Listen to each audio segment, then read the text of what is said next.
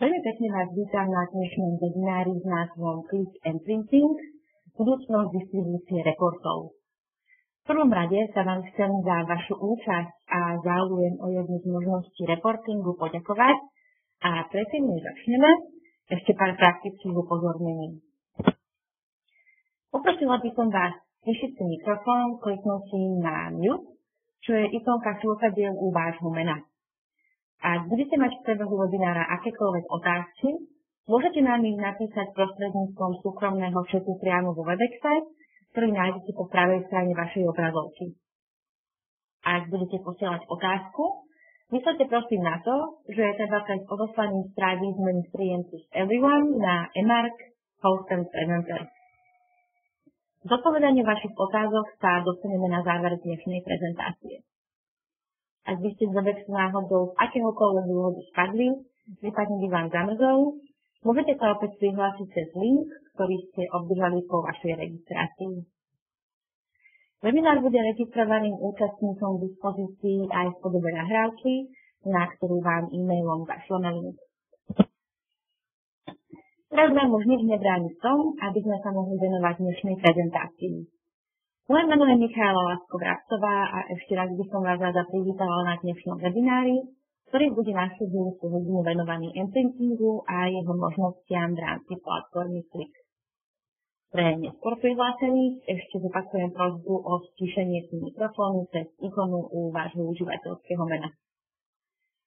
Program dnešného webinára je nasledovný. Úvodom si stručne predstavíme spoločnosť Emark najmä pre tých, ktorí sa s nami stretávajú po prvýkrát. Následne si povieme niečo o produkte Imprinting a jeho novej rade 17. V ďalšej časti si predstavíme možnosti reportingu prostredníctvom produktu Imprinting a aj názorne v rámci praktickej ukážky a záverom si spoločne prejdeme nové funkcionality a možnosti, ktoré táto nová verzia prináša. Na konci webinára budete mať predstavu o tom, ako Imprinting uľahčuje transfer a distribúciu dôležitých informácií v správnom čase, správnym ľuďom naprieč organizáciou a ako môže prispieť pri tvorbe dôležitých každodenných, nielen manažerských rozhodnutí. Naša firma Emark predstavuje implementačno-poradenskú spoločnosť, ktorá na trhu Business Intelligence pôsobí už viac ako 15 rokov.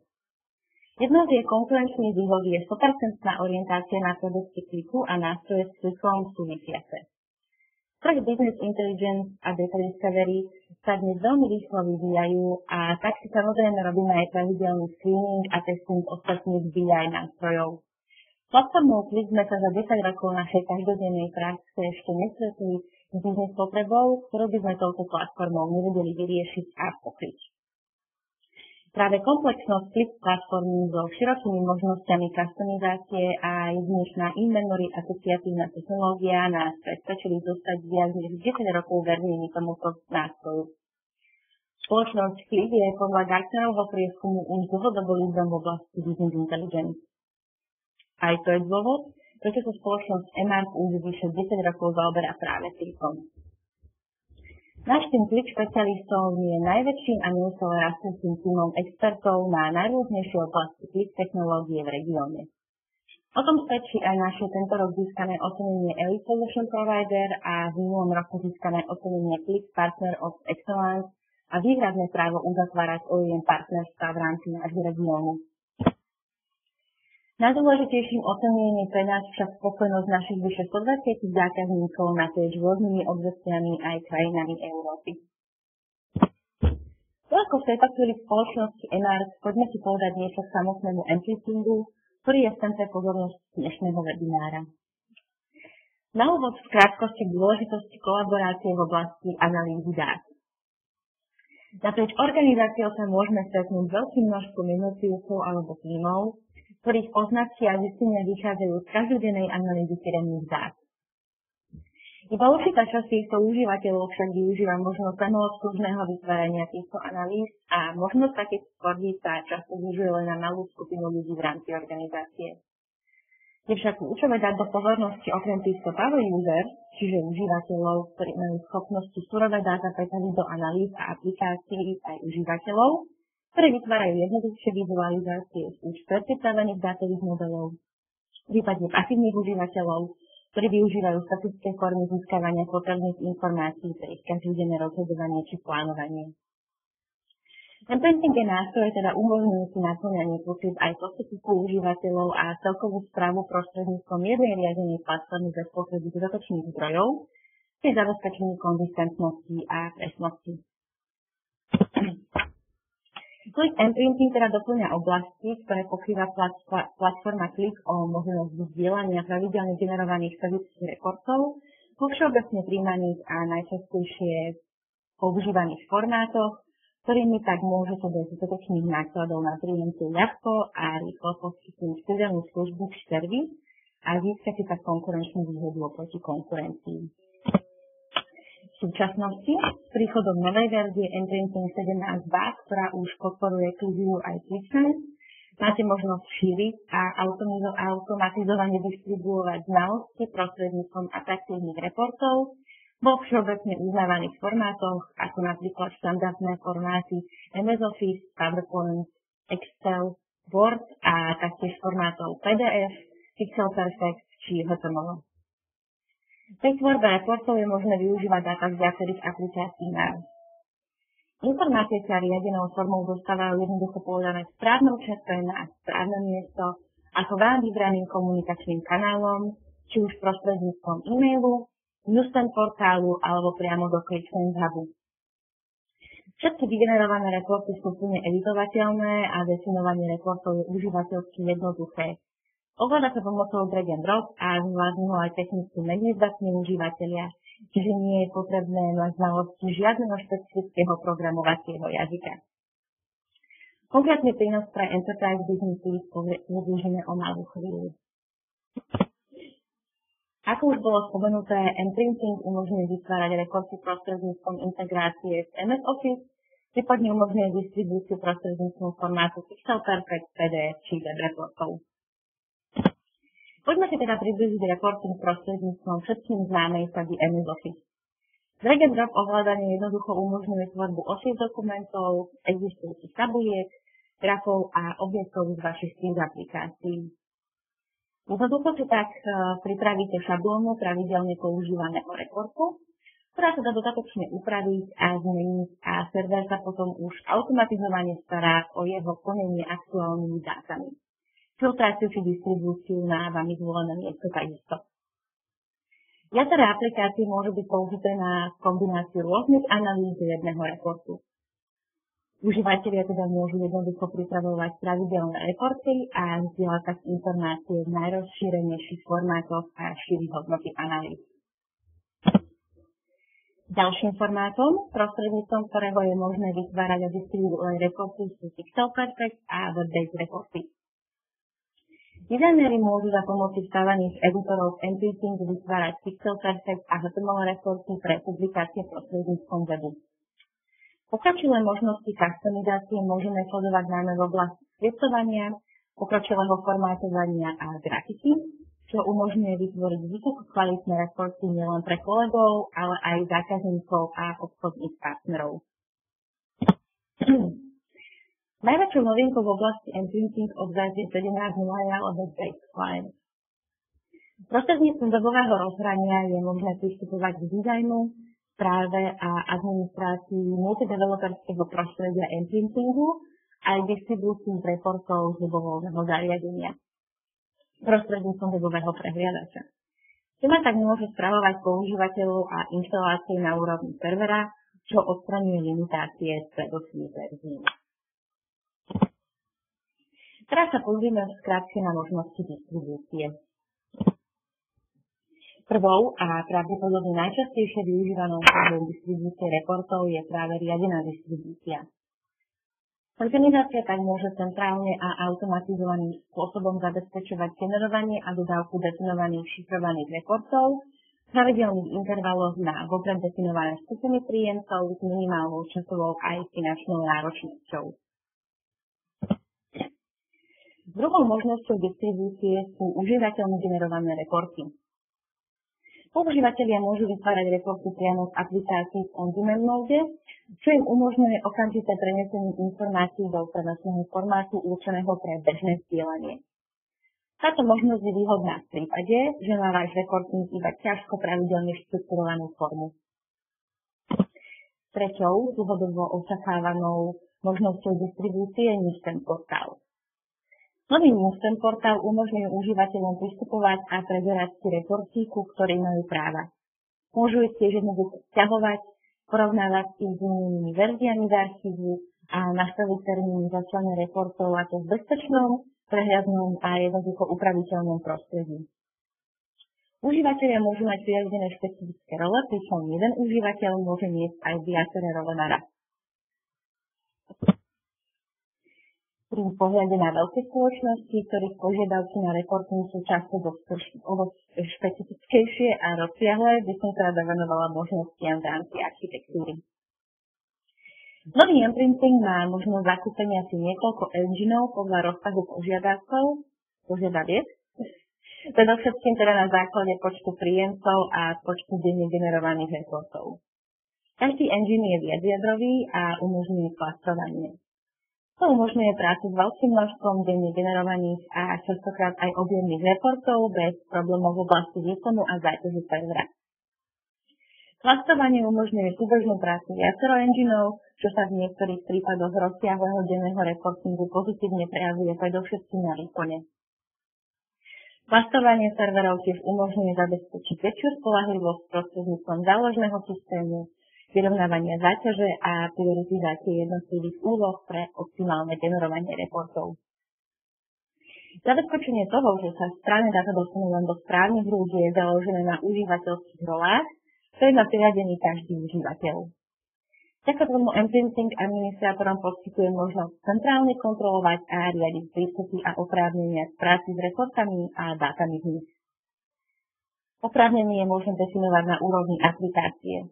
Je možné definovať ľubovoľný počet rolí na úrovni aplikácií a užívateľovi je možné priradiť viac rolí súbežne, potrebné je však dohľadať na vzájomné ovplyvňovanie jednotlivých rolí.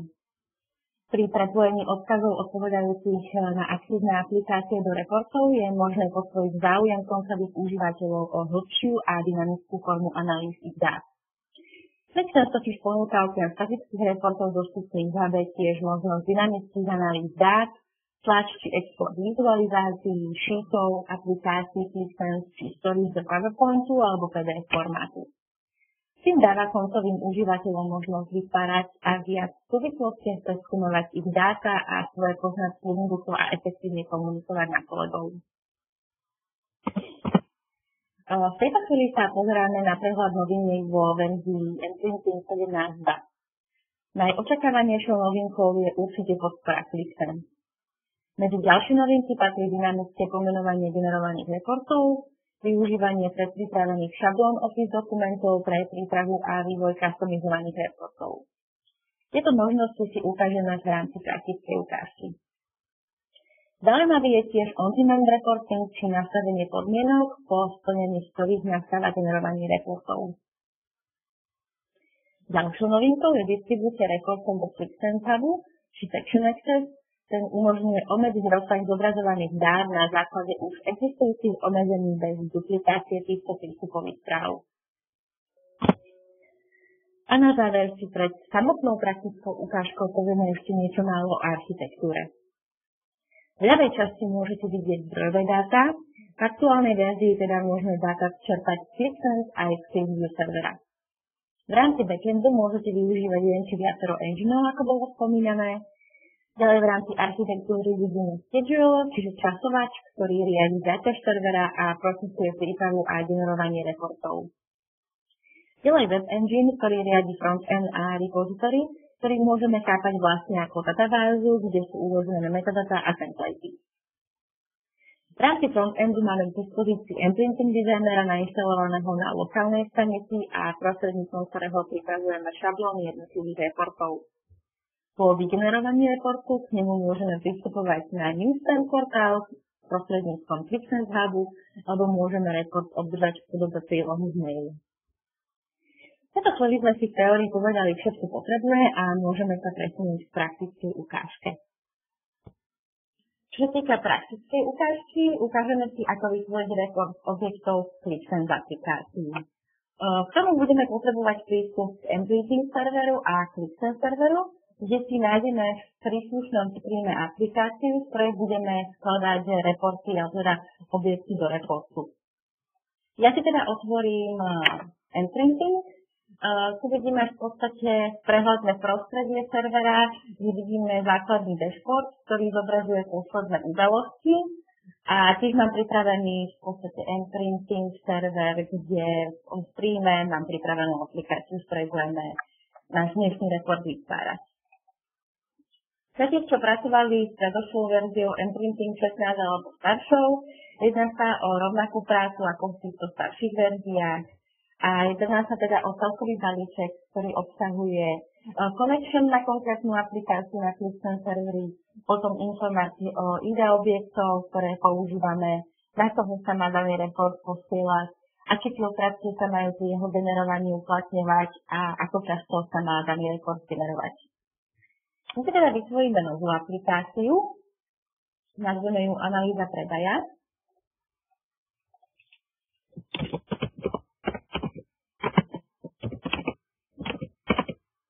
Keby sme potrebovali možno vytvoriť nejaký popis, aplikáciu uložíme, respektíve vytvoríme. Vidíme, že nám to vznikla a ďalej ideme vytvárať v ďalšom kroku connectiony. Connection je v podstate prepojenie na danú aplikáciu na ClickSense serveri, vďaka ktorému si načítame všetky IDčka objektov, ktoré budeme používať. Ja teda dám Create Connection. V tomto prípade je veľmi dobré nazvať connection podľa ClickSense aplikácie, ktorou budeme pracovať, čiže je to priama informácia pre nás, kam sa budeme napájať. Ako bolo spomenuté, môžeme využiť aj objekty z viacerých aplikácií. Myslím, že tá aplikácia volá Sales Discovery. Vyberieme aplikáciu, na ktorú budeme daný connection napájať, čiže na MPrinting aplikáciu Analýza predaja. Ďalej sa jedná o zdroje ClickSense a ďalej musíme vložiť proxy adresu a ID objekty. Pokiaľ máme prístup, ktorý je teda nevyhnutný na ClickSense server, otvoríme si danú aplikáciu a obe tieto informácie vieme nájsť prostredníctvom URL adresy. To si skopírujeme, vrátime sa do MPrintingu a vložíme celé URL, pričom prvá časť URL predstavuje proxy adresu a jedinečný identifikátor danej aplikácie, čiže súbor čísel a písmen predstavuje poslednú časť. V identite vyplníme doménu a užívateľa.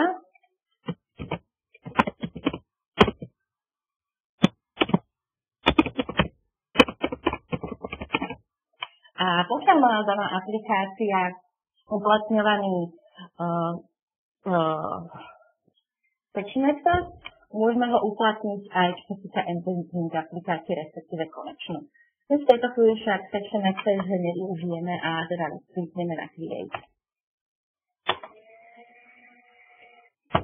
Takto vytvorený connection si teraz spustíme a dáme Reload. Po reloadíme teda vidíme, že si MPrinting server automaticky spája ClickSense server a hľadá connection.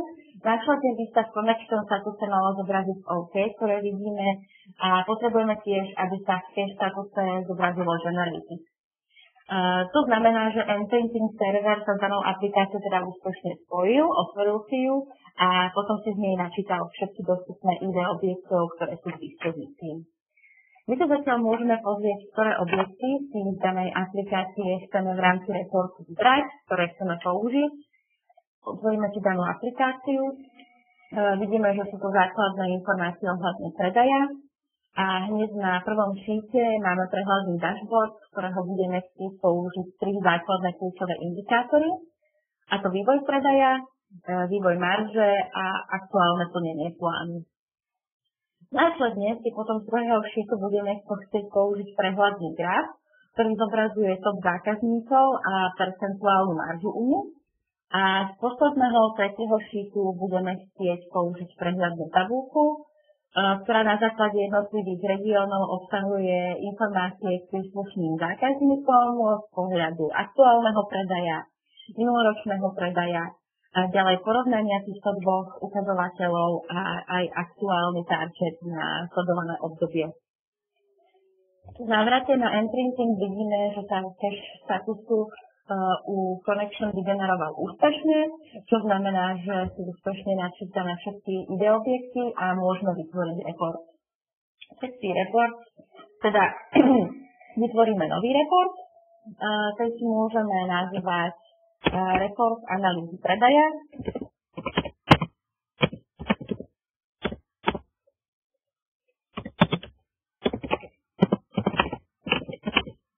Ak by sme chceli, môžeme si do popisku vložiť akúkoľvek informáciu, ktorá by nám pri nejakom spätnom dohľadávaní daného reportu pomohla. Typ vyberieme Excel, ďalej vyberieme N-printing aplikáciu, na ktorú sa v podstate tento report bude vzťahovať. A čo sa môžeme využiť prázdny template, čiže v podstate vytvárame šablónu na novo. Pokiaľ by sme mali nejakú šablónu predpripravenú, kde by sa napríklad nachádzali informácie ako logo, hlavička, peta, prípadne nejaké formátovanie, môžeme vybrať tento konkrétny template a dohľadať konkrétny dokument. V tejto chvíli nepožadujeme on-demand generovanie reportu, ale tak budeme chcieť dynamické pomenovanie. A to v takej forme, že budeme chcieť, aby sa začiatočná informácia o reporte nazývala prostredníctvom meno užívateľa, čiže username. V ďalšej časti podtežník. Ďalej by sme boli radi, keby bol názov samotného reportu. Opäť podtežník a v poslednej časti, alebo teda posledná informácia bude časová stopa, kde dáme dátum a vyberieme si konkrétny formát tohto dátumu. Teraz môžeme vidieť, ako približne bude daný názov u každého jednotlivého užívateľa generovaný vzhľadom na tú časovú os. Môžeme kliknúť na Create. Vidíme, že report bol vytvorený úspešne a následne môžeme prísť k úprave templateov, teda šablóny. My teda klikneme na Edit Template, pričom mám na výber ešte viacerých programov a následne sa nám otvorí N-printing Designer, ktorý je nainštalovaný na lokálnej stanici. Pre tých, ktorí majú skúsenosti so staršími verziami, jedná sa o prostredie, ktoré je úplne rovnaké, čo sa týka práce. Ja si ešte teda dané okno zväčším. Vo väčšej časti vidíme štandardné Excelovské prostredie, kde funguje úplne rovnaká funkcionalita ako pri štandardných Exceloch, čo si ukážeme čoskoro.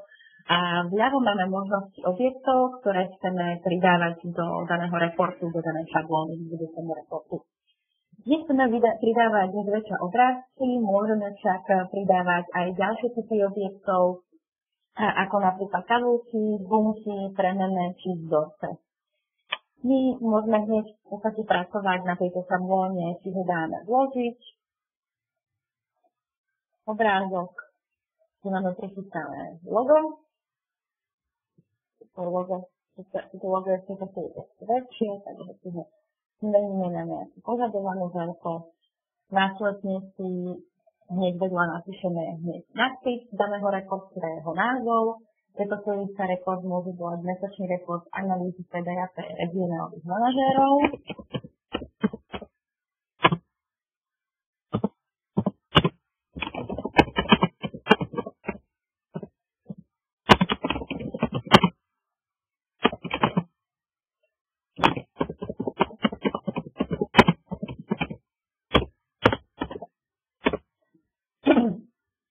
Ako som spomínala, to formátovanie je naozaj rovnaké, čiže môžeme zmeniť farbu, máme požadovanú farbu, ktorá je špecifická pre danú organizáciu. Takto sa môžeme pohrať so samotným písmom. A teda máme vytvorený nadpis. V tejto chvíli teda môžeme naskladať samotné objekty, čiže pri textu image pravým klikom dáme Add Object. Automaticky sa nám otvorila tabuľka, kde máme predpripravené objekty. Na pravej strane môžeme vidieť ID týchto objektov, ale takisto môžeme vidieť aj pri niektorých objektoch názvy.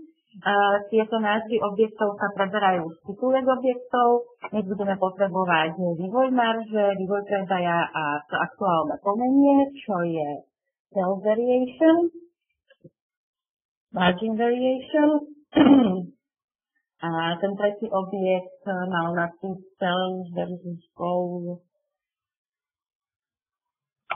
Year-to-date.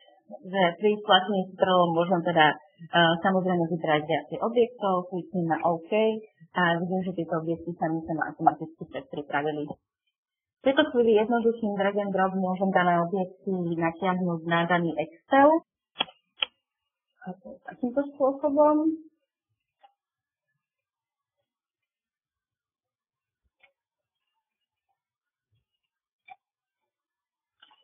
U niektorých objektov máme pripravený napis, my však chceme, aby bol rekord v slovenčine a keďže v podstate názvy objektov boli pri tvorbe používané v anglickom jazyku, my si napis priamo môžeme napísať. Jedná sa teda o vývoj predaja. Nasledovne vývoj marže a aktuálne plnenie predaja.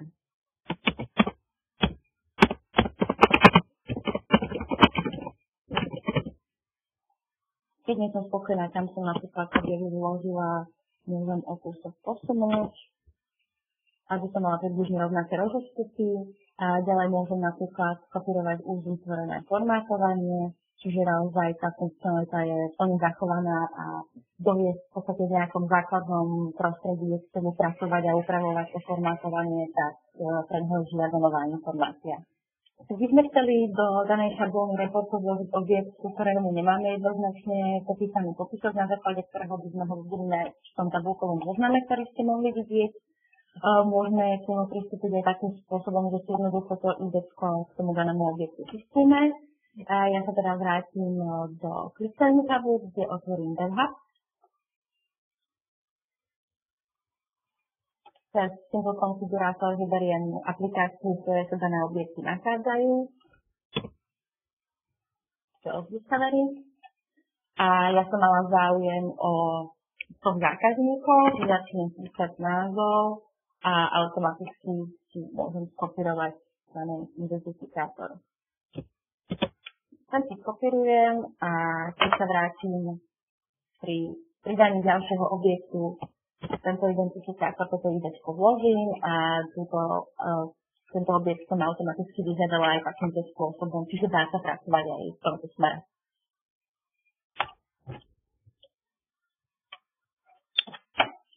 Keď sa tak zákazníkov takisto použijeme, napríklad ten, napísame zákazníky, použijeme predošlé formátovanie.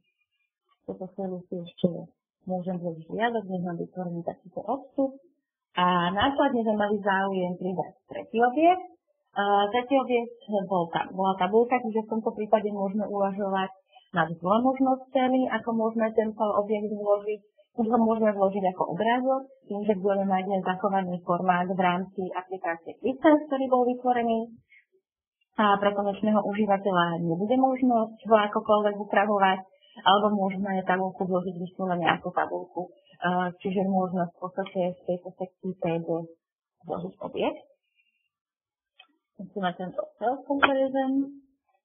Vidíme, že sa nám v tejto časti objavila táto tabulka. Tabulku by sme mohli jednoducho drag and drop vložiť takisto ako v edošlo objekty.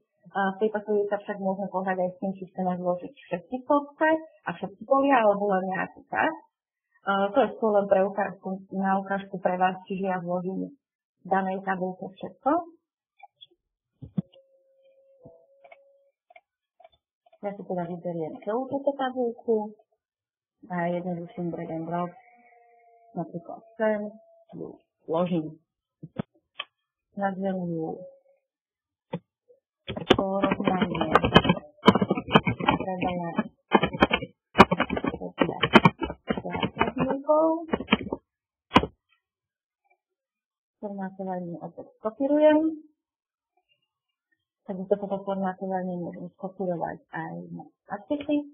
A v tejto chvíli, pokiaľ by som tú tabulku nechala v tomto tvare, nejaký formát v rámci aplikácie QuickSense bude zachovaný, avšak v tejto chvíli môžeme ešte formát v nejakom menšom smere upravovať. Kliknem si teda na to, ktorého formát by som chcela upraviť. zrušený zdrojový formát, ktorý bol nastavený v rámci aplikácie a opäť klasickým spôsobom nastaviť aké formátovanie buniek. V tejto chvíli by som bola rada, keby nám túto informáciu v rámci percent a napríklad túto predošlú informáciu by som mala v rámci tabulky rada ešte úplne bolo spočítané, čiže použijem statickú funkciu.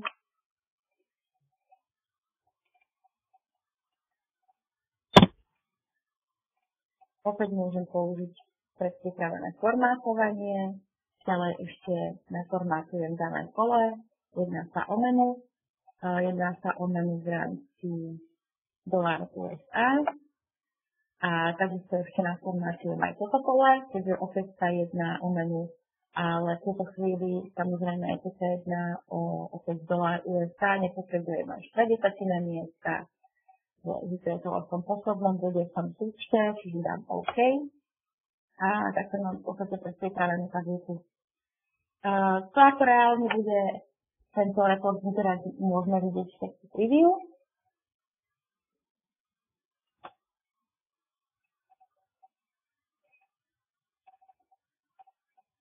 Kedy sa nás pokiaľ otvorí niečo ako vzorový Excel, kde si budeme môcť kontrolovať to formátovanie, ktoré sme zložili, prípadne ako sme rozložili dané objekty, či nám vyhovuje daný pohľad, pretože teda daný Excel zmenším a vidím nadpisy, vidím formátovanie, vidím informácie, ktoré som požadovala a takisto vidím túto tabulku.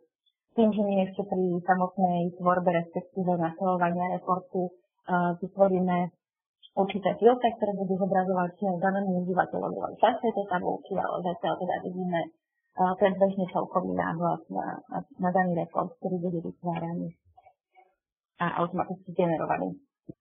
Teda tento náhľad môžeme zavrieť, nepotrebujeme ho ukladať. To bol v podstate náhľad na Excelovský typ tohto reportu s tým, že ja tieto časti ešte môžem odstrániť a ako som spomínala, tabulku môžeme vložiť aj ako obrázok, čo znamená, že nebude zachovaná možnosť nejakým spôsobom upravovať tieto informácie.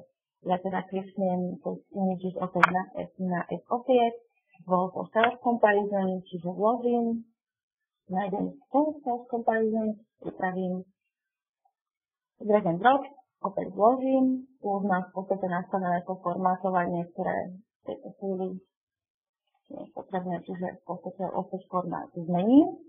A následne by sme si mohli pozrieť ešte na určitú úpravu, pokiaľ by sa jednalo o formát PDF, čiže čo sa týka okrajov nastavím úzke, ešte čo sa týka rozloženia strany, nastavím si štvorku jedna strana, výšku jedna strana, všetky revízia, alebo teda nie, všetky rozloženie strany ešte dáme odstrániť tieto prvky, aby sme videli ten náhľad v takom čistom smere a opäť klikneme na preview, tentokrát z PDF. Opäť sa nám v tomto prípade v podstate generuje, ako bude šablóna reálne vyzerať, predtým ako do nej teraz vstúpia ešte nejaké predstanovené filtre nastavené na základe užívateľov, ktorým sa budú tieto reporty automaticky zasielať.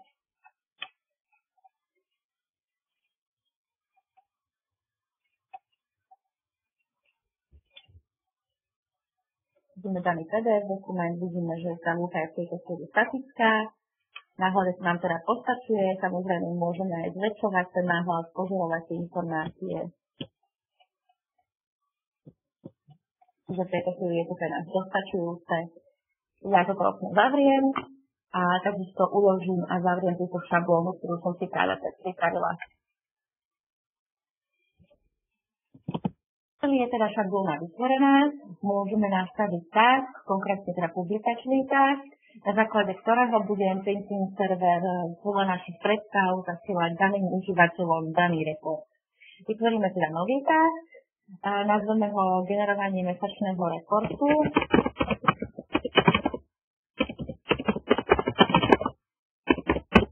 A v tejto chvíli analýzy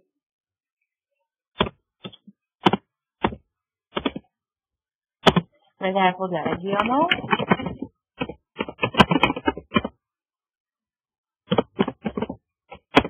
sme chceli, môžeme vypísať nejaký popisok, ktorý by definoval tento task. Vyberieme aplikáciu, z ktorého tento daný task bude, na základe ktorého bude tento task vytváraný. V tejto chvíli treba dať, či to je to analýza predaja. A ďalej máme nastavené, počas coaching dní bude pre daného užívateľa v rámci jeho newsstandu tento report zachovaný, prípadne koľko takýchto reportov bude zachovaných. Klikneme na Create a ako môžete vidieť, teda tento task bol vygenerovaný, s tým, že postupne budeme vyplňať všetky šity, ktoré tu vidíte, prostredníctvom ktorých budeme v podstate nastavovať podmienky, za ktorých bude tento task, alebo teda táto úloha pre Entrenching server a začiaľovanie daného reportu aktivované. V sekcii report teda vyberieme, respektíve vložíme daný report, ktorý sme pred chvíľočkou vytvárali, bol to report analýzy predaja.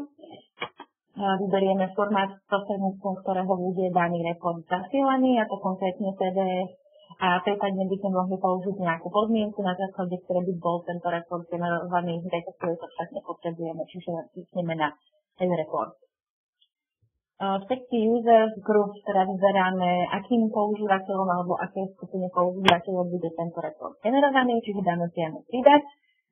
Môžeme si dať nejakú celkovú skupinu, napríklad Sales Management, ktorá v sebe obsahuje určitých užívateľov, ale takisto môžeme vyberať len konkrétneho užívateľa a tiež vyberáme v podstate prostredníctvom akých kanálov sa k nemu má tento report dostať, čiže pridáme príjemcu.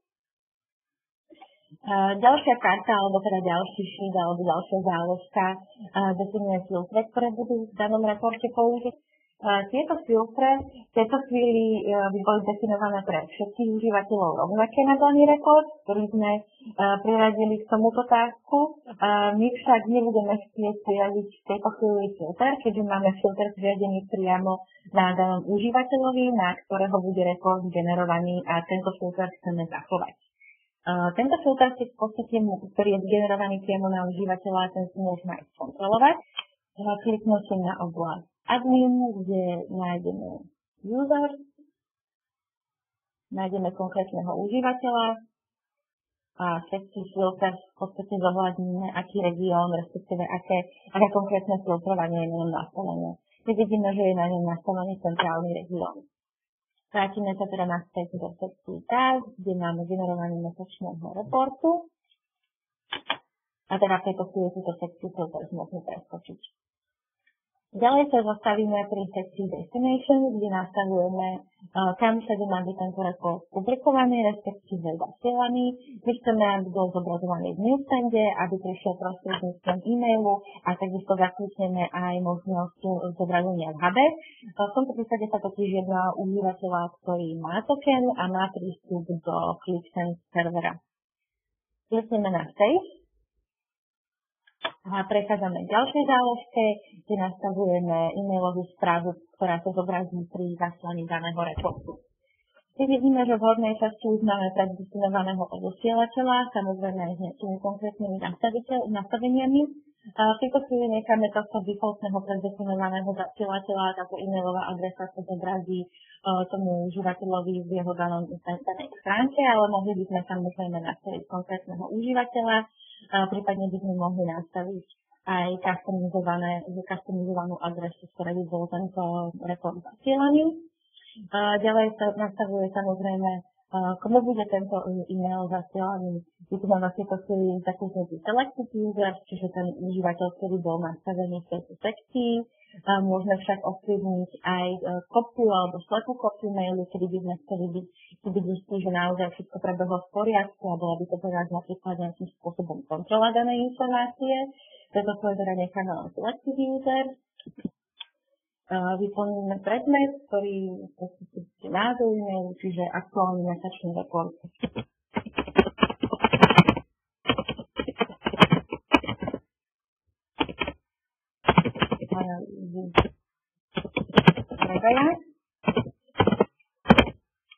A následne ovplyvňujeme teda telo správy, ktoré necháme v HTML formáte, aby sme mohli využiť aj teď. Čiže začneme ako klasický e-mail, dobrý deň, tým, že využijeme text, si vložíme username, čiže priamo bude oslovenie, ktoré sa bude týkať zvoleného užívateľa. Vložíme text do mailu, čiže napríklad zasielame vám mesačný report.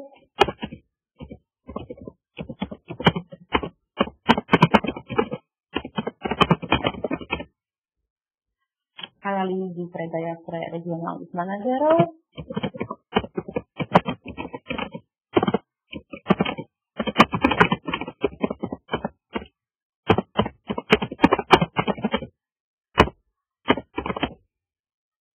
Aktuálnymi hodnotami.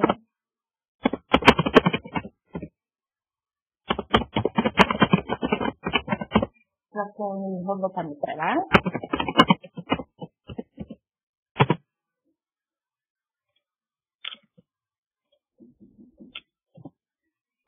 V na konci vložíme do zátvorky opäť text, kde bude current selection pre daného usera a tým pádom bude v podstate vidieť definovaný filter, ktorý je na tom užívateľovi použitý.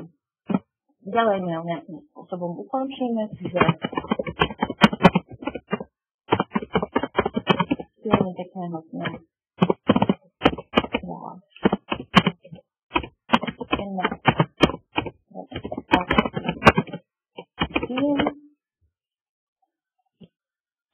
A uistíme sa, že všetky reporty budú v tomto mailu priamo pridané. Klikneme na save. A posledná oblasť, ktorá nám dostáva nastaviť, je trigger, čo predstavuje časovať, na základe ktorého budú tieto reporty automaticky zasielané. Čiže pridáme trigger. Opäť pomenujeme trigger, napríklad mesačne generovaný report.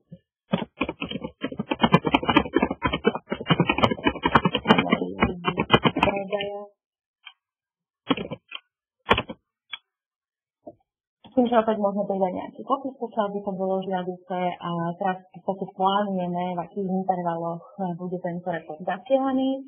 Keď sme hovorili o mesačne generovanom reporte, čiže nastavíme štvortýždenné opakovanie, nastavíme zasielanie na pondelok, v prípade denného zasielania teda nastavujeme čas, začiatok obdobia, kedy má byť zasielaný tento report, koniec obdobia, kedy má byť zasielaný. To je výborné napríklad v období pred Vianocami, keď napríklad posledný mesiac potrebujeme PDF-ovia veľmi konkrétny prehľad o situácii na sklade, čiže každý deň by sa im takto generoval report s príslušnými informáciami a bola by im známa aktuálna situácia na sklade, ktorá by teda vplyvnila ďalej ich predaj. Samozrejme ešte nastavujeme nejakú časovú zónu, pokiaľ by sa napríklad jednalo o predajní vo viacerých krajinách, kde by náhodou teda tie celkové meetingy boli v jednom stanovenom čase, ale samozrejme report by potreboval mať každý v určitom predstihu, tým pádom nastavujeme časovú zónu a v tejto chvíli tu máme v podstate nastavené toto zasielanie, klikneme na create. Tým pádom, čo sa týka tohto tasku, máme všetko v tejto chvíli potrebné nastavené. Vrátime sa do sekcie Publish Task, kde máme toto generovanie mesačného reportu analýzy predaja podľa regiónu pripravené. Týka sa to aplikácie analýzy predaja, čiže systém respektíve server je aktuálne nastavený tak, aby si sledoval to načasovanie a v daných intervaloch, respektíve v danej chvíli, ktorá bola nastavená daný report zaslal. Ak by sme si ale teraz skúšovne chceli overiť, či je všetko nastavené v poriadku, či sa jedná o správneho užívateľa a správne filtre, môžeme skúšovne tento task v podstate spustiť teraz, čiže po kliknutí na run vidíme, že je tu nejaká správa o tom, že bola úspešne nastavená na zaslanie. Tým pádom chvíľočku počkáme, v priebehu krátkej chvíli by sa mi mala zobraziť informácia o tom, že sa mi v schránke nachádza e-mail a potom následne samozrejme skontrolujeme aj ďalšie kanály prostredníctvom, ktorých sme dali tento report zaslať. A samozrejme skontrolujeme aj dané filtrovanie centrálneho regiónu, ktoré bolo nastavené na začiatku a ktoré by bolo zobrazené v danom reporte. Kým daný report príde, môžeme si v podstate v tejto chvíli zatiaľ nastaviť danú aplikáciu. Bavili sme sa o centrálnom regióne, čiže ja si z Global Selection Icon nastavím rovno regióny, vyberiem centrál, potvrdím výber, vrátim sa späť do aplikácie a potom si vidím, že už mám nejakým spôsobom vyfiltrované tieto kľúčové indikátory výkonnosti, na základe ktorých budem potom porovnávať to hlasovanie. Ja už v tejto chvíli vidím, že mi prišiel e-mail, ktorý som očakávala. Vidíme, z akej adresy bol zaslaný, čiže z tej defaultne nastavenej. Vidíme predmet, aktuálny mesačný report analýzy predaja. Vidíme aj v podstate názov je definovaný podľa toho postupu, ktorý sa nastavovali. Čiže vidíme meno užívateľa, následne názov a následne vidíme nejaký vopred stanovený termín, čiže dátum v stanovenom formáte. A tiež vidíme, že v podstate ten text je vygenerovaný podľa našich predstav, čiže dobrý deň Michaela Drakcová, text a na konci vidíme ten stanovený filter, čiže centrálny región. Teraz ešte skontrolujeme daný report, čiže ho otvoríme. Zavrieť. A ako už v podstate pri základnom náhľade, ako trošku lepšie vidíme, tie hodnoty sú rovnaké ako vyfiltrovaná oblasť centrálneho regiónu, čiže čo sa týka self-variation, je to minus necelých 18%, minus necelých 15% pri marži a vyššie nejakých minus 30% pri tom aktuálnom plnení predaja. S tým, že ešte sa pozrieme na ďalší sheet, kde máme stále použitý tento filter centrálneho regiónu. Vidíme, že Trendy Comparison a Thursday sú nejaké dve najvyššie hodnoty. Keď sa pozrieme, tak pri približení vidíme presne rovnaké hodnoty aj v tom danom vyfiltrovanom reporte a takisto v spodnej časti vidíme, že čo sa týka regiónu, sa zobrazujú v tabulke len hodnoty pre centrálny región. Čiže pri vidíme, že daný report je vyfiltrovaný presne podľa požiadaviek. Takisto si ešte skontrolujeme situáciu v PixelHub, kde nám pribudla sekcia report. Tým, že nám pribudol v podstate prvý report, my si na ňu takisto klikneme a tiež námačkovo skontrolujeme tie hodnoty, ktoré tu sú minus 18, minus 15, minus 30, to sedí. Takisto vidíme teda tento trendy a tento Thursday, alebo teda týchto zákazníkov, ktorí majú tie najvyššie hodnoty a takisto pri scrollovaní vidíme, vidíme, že centrálny región je práve tá oblasť, ktorá bola vyfiltrovaná pre tento report. Report môžeme stiahnuť, report môžeme tlačiť a ešte teda posledná kontrola v rámci Newsstandu, ktorý je určený pre užívateľov, ktorí nemajú prístup do ClickSense servera. Sú to iba pasívni užívateľia, ktorí pracujú len s existujúcimi reportami. Pre nich je v podstate tento Newsstandový náhod úplne ideálny. Takisto sa tu teda nachádza report analýzy predaja a keď si na neho klikneme a zväčšíme si hodnoty, tak aby boli čitateľné prostredníctvom tejto lupy, takisto vidíme minus 18, minus 15, minus 30, čiže sedí na volaný filter.